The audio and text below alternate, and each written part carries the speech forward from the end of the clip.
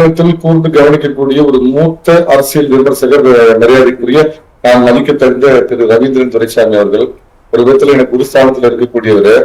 ஆனா என்னைக்கு அதிமுக இரட்டை தலைமை பிரச்சனை ஏற்பட்டது, இந்த பிரச்சனை ஏற்பட்டு 2 பேருக்கும் பெரிய பிரச்சனை ஏற்பட்ட காலத்துல இருந்து அவங்க எடுத்த ஸ்டாண்ட நான் முழுவதுமா மறுதளித்து, நீங்க சொல்ற எந்த ஆர்வமும் ஜோசியமும் உங்க தனிப்பட்ட விருப்பமும் நடக்க போறது இல்லைன்னு ஸ்டாலின் வந்து 48% எடுப்பாருன்னு இப்பதான் தொடங்கி இருக்காரு. 48% எடுப்பாருன்றதுக்கு அது உண்மையான நடந்தது இல்ல சார். நீங்க செல்லம் சார் பேசலாம். நான் ஆதரிக்கிற மோடிசாமி பழனிசாமியை பத்தி நீங்க என்ன சொன்னீங்கிறத பத்தி மட்டும்தான் நான் பேசுறேன். ஸ்டாலினை பத்தி அது உங்க கருத்து. நான் யாரும் இல்லங்கிறத ஒத்துக்கிடுங்க. வரட்டும் சார் பேசுங்க. உங்க விருப்பமா இல்ல, உண்மை சார். என்னோட புரியுது. உங்களுடைய கருத்து வேற கருத்து சொல்லிருந்தா அது வேற மேட்டர் இல்ல. அவர் மறுபடியும் வராரு. நான் சொன்னது கரெக்டா வந்ததுதான் நான் சொல்ல வேண்டியது இருக்கும். புரியுது. அது உங்களோட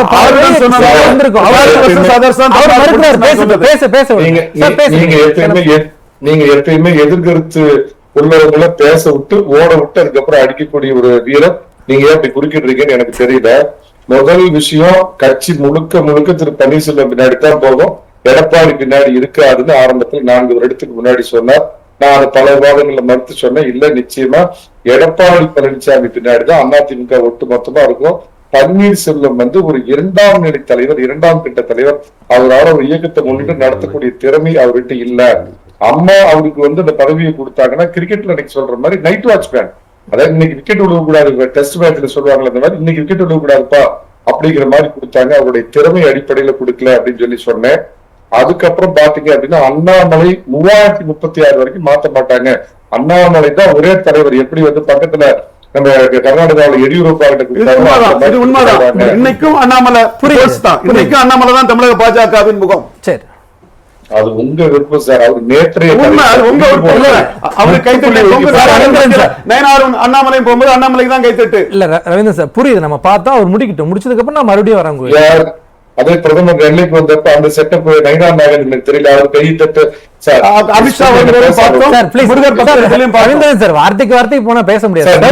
நீங்க ஏன் வந்து உங்க இயல்புக்கு மாறா நீங்க இருக்கிறீங்கன்னு எனக்கு அண்ணாமலை மாற்ற மாட்டாங்கன்னு சொன்னீங்க. அண்ணாமலை மாற்றப்பட்டார். எடப்பாடி பழனிசாமி மீண்டும் பாஜக கூட்டணி ஏற்படாதுன்னு சொன்னீங்க. மீண்டும் அது ஏற்பட்டுச்சு. தொடர்ந்து என்ன காரணம் நிலைப்பாட்டுல உறுதியா இருக்காரு. எடப்பாடியில இன்கன்சிஸ்டன்ட் நிலைப்பாடு. அதே ஒத்துக்கிடுங்க. ஓகே, கொஞ்சம் பேச விடலாம், விடுங்க சார். நீங்க அறிவாலய நாயகரை பத்தியோ இல்ல தமிழ் தேசிய கருத்து அதுதான். மோடியும் அறிவாலய நாயகருக்கு தான் கனிமொழியை தான் அனுப்பி வச்சாரு சார். ரவீந்திரன் சார் அவர் முடிக்கட்டும் சார். மோடியோட தளபதி அண்ணாமலைன்னு சொன்னீங்க. மோடிக்கு தனி செல்வாக்கு இருக்குதுங்க. கார்ல ஏத்திட்டு போனாருங்க, கொண்டு போய் புட்டுசத்துல விட்டுட்டாங்கல்ல. பொறுங்க யாரு என்டிஏ சிஎம் கேண்டிடேட்டா வராருன்னு பாக்கலாம். பொறுங்க.